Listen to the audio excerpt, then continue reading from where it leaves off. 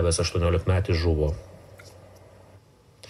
Žmonės šiurpina apsvaigę aplinkoje, nesiorientuojantis narkomanai, ypač didmiesčiuose. Tikra jų irštva Vilniaus Naujininkų mikrorajonas. Gatvėse prie parduotuvių ir darželių šaukiantis, tūpčiojantis, neprognozuojami narkomanai jau tapo šio rajono gyventojų kasdienybė. Žmonės pasakoja, kad jų jau nebestebina nei kasdien girdimos greitosios pagalbos sirenos, nei perdozavusių asmenų kūnai gatvėse. Dar apmaudžiau, gyventojai skundžiasi policijos abejingumu. Šitokie neadekvačių įvairių narkotikų pavartojusių žmonių vaizdai yra tapę sostinės Naujininkų mikrorajono kasdienybę. Vienas mikrorajono gyventojas tam, kad narkomanijos šiame mikrorajone problemą keltų į viešumą, sukūrė specialią grupę Instagrame. Viešina vaizdus, kuriuos jiems siunčia narkomanus užfiksavę gyventojai. Gyventojų šiurpina, tačiau jau nebestebina nuolatos neadekvačiai besielgiantys po gatves besibastantys paralelinėme pasaulyje gyvenantys narkotikų mėgėjai, kurie ir šaukia, ir kovoja su įsivaizduojamais priešais, elgiasi neadekvačiai ir neprognozuojamai. Ir miega, kur pasitaiko. Čia narkomanai jau tiek prisiširbės, tiek jie šoka, kelnes nuima čia, ten vat krūmuose, ką baisu. Būna ir tupčioje, ir kažkur tai atsiprisėdę, nesinorėtų, kad vaikai matytų. Reikės šunys didelį pirkti. Dabar daug, Oi, labai daug, čia iš karto visi tam eina, nežinau. Taip. Baisu. Būna visko, naujininkai. Ypatingai ant tos laiptinės prie šito sėdi narkomanai. Yra ten krūmuose narkomanų tas susiėjimas. Aš vakarais nevaikštau, aš vaikštau dienos metu tokiu laiku, mane kažkaip jie nekliudo.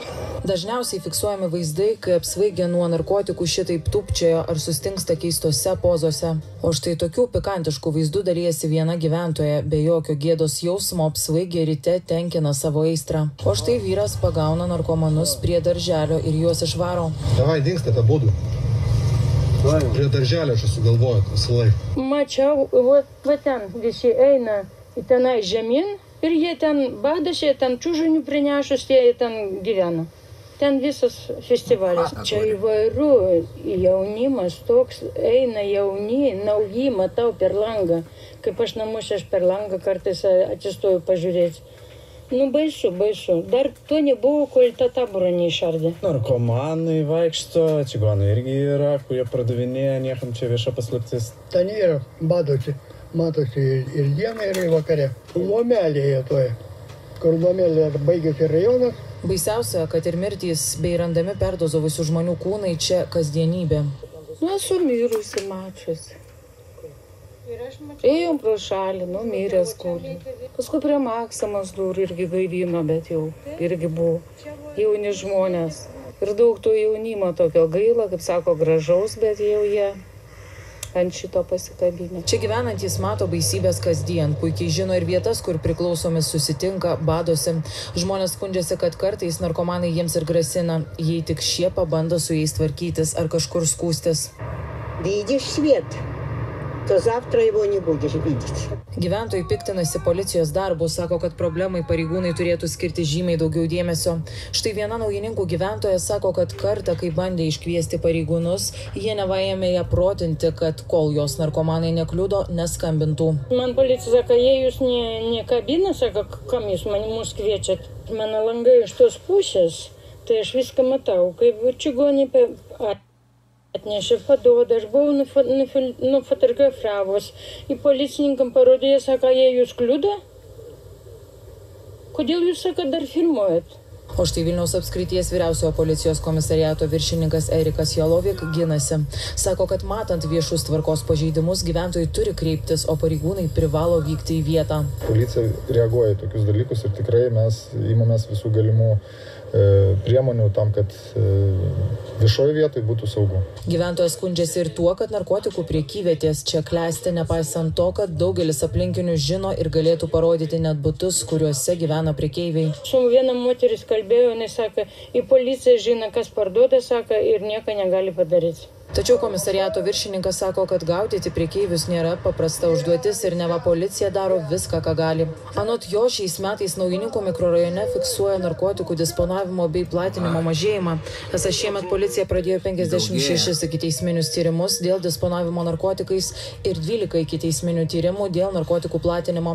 Kaip per tą patį laiką pernai policija pradėjo 80 ikiteisminių tyrimų dėl disponavimo svaigalais ir 17 dėl platinimo. Tikrai dideli skaičiai, jeigu jūs paimsite Respublikos skaičių, tai tikrai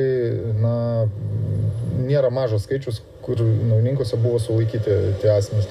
Kad tai yra problema, taip, mes nesigėdėm pasakyti, kad tai yra problema ir tai yra tikrai mūsų vienas iš pagrindinių darbų narkotinės medžiagos. Tačiau reikia suprasti ir tokį dalyką, kad mes negalim tiesiog pagauti žmogų už rankos ir pasakyti, kad tu prekiauji ir viskas ir tau gresia kalėjimas. Tai, kad kai kuriuose Vilniaus mikrorajonuose, ypatingai Naujininkuose ir Šeškinėje, Vilniečius nuolat gąsdina neadekvatus narkomanai, turėtų rūpėti ir savivaldybės valdininkams. Sostinės vicemerė Simona Bieliūnė sako, kad problemą savivaldybė sprendžia. Paleido kursuoti autobusiuką, kuriame dirba specialistai.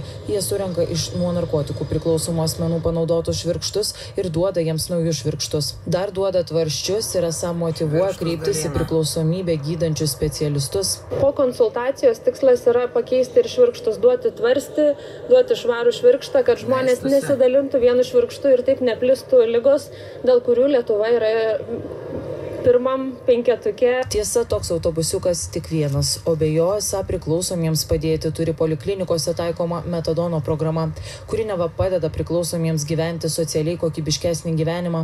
Mes kiekvienoj poliklinikoje turim metadono programas, turim psichikos sveikatos centruose specialistus ir Respublikiniam priklausomybės ligų centre, bet dalis žmonių yra dideliai atskirti ir jie neateina iki paslaugų. Anot Bieliūnės, nuo narkotikų priklausomi žmonės gatvėse sunkiai sprendžiama problema, su kuria kautis turi teisėsauga.